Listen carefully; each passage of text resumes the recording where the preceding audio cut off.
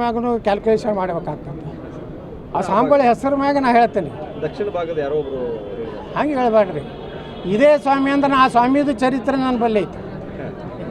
ಕೆಲವೊಂದು ಸ್ವಾಮಿಗಳು ಪೇಡ ಸ್ವಾಮಿಗಳು ಹೋದಾರ, ಕೆಲವೊಂದು ರೊಕ್ಕ ಕೊಟ್ಟು ಕೂಡಲೇ ಹೇಳ್ತಾರೆ ಅವ್ರ ಭವಿಷ್ಯಗಳೇ ಹಿಂಗೆ. ಕೆಲವೊಂದು ಮಂದಿ ಭವಿಷ್ಯ ಹೇಳ್ತಿರ್ತಾರೆ ಹಂಗೆ. ರಾಹುಲ್ ಗಾಂಧಿ ಪ್ರಧಾನಮಂತ್ರಿ ಆಗ್ತಂತ ಹೇಳ್ತಾರೆ. ಈ ಜನ್ಮದಾಗ ರಾಹುಲ್ ಗಾಂಧಿ ಪ್ರಧಾನಮಂತ್ರಿ ಆಗೋದಿಲ್ಲ. ಮೋದಿಯವ್ರ ನಂತರ ಯೋಗಿ ರೆಡಿ ಆಗ್ಯಾರ, ದೇಶದ ಜನ ರೆಡಿ ಆಗ್ಯಾರ. ಅದೇ ಕರ್ನಾಟಕದ್ದೇ ಹೇಳ್ತೀನಿ.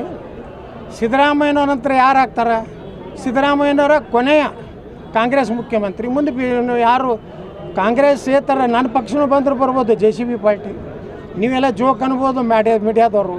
ಯಾಕಂದ್ರೆ ನಿಮಗೆ ವಿಜೇಂದ್ರ ಭಾಳ ಆತ್ಮೀಯ ಕೆಲವೊಂದು ಮೀಡಿಯಾದವ್ರಿಗೆ, ಕೆಲವೊಂದು ಮೀಡಿಯಾದವ್ರಿಗೆ DK ಶಿವಕುಮಾರ್ ಆತ್ಮೀಯ. ನೀವೇನು ಹೊಡ್ಕೋತೀರಿ ಹೊಡ್ಕೋರಿ. ನಾನೇ ಮುಖ್ಯಮಂತ್ರಿ ಆದ್ರೆ ಅವಾಗ ನೀವೇನು ಮಾಡಂಗಿದ್ದೀರಿ? ನೀವೇ ಬಂದು ಇಂಟ್ರ್ಯೂ ತೊಗೋತೀರಿ. ಸರ್ ನಾವು ಹೇಳಿದ್ದೀವಿ, ನೀವು ಹೇಳಿದ್ದೀವಿ. ಹಂಗೆ ಜ್ಯೋತಿಷಿಗಳು ಕೆಲವೊಂದು ಮಂದಿ ಫೇಕ್ ಬೋಗಸ್ ಅದಾರ.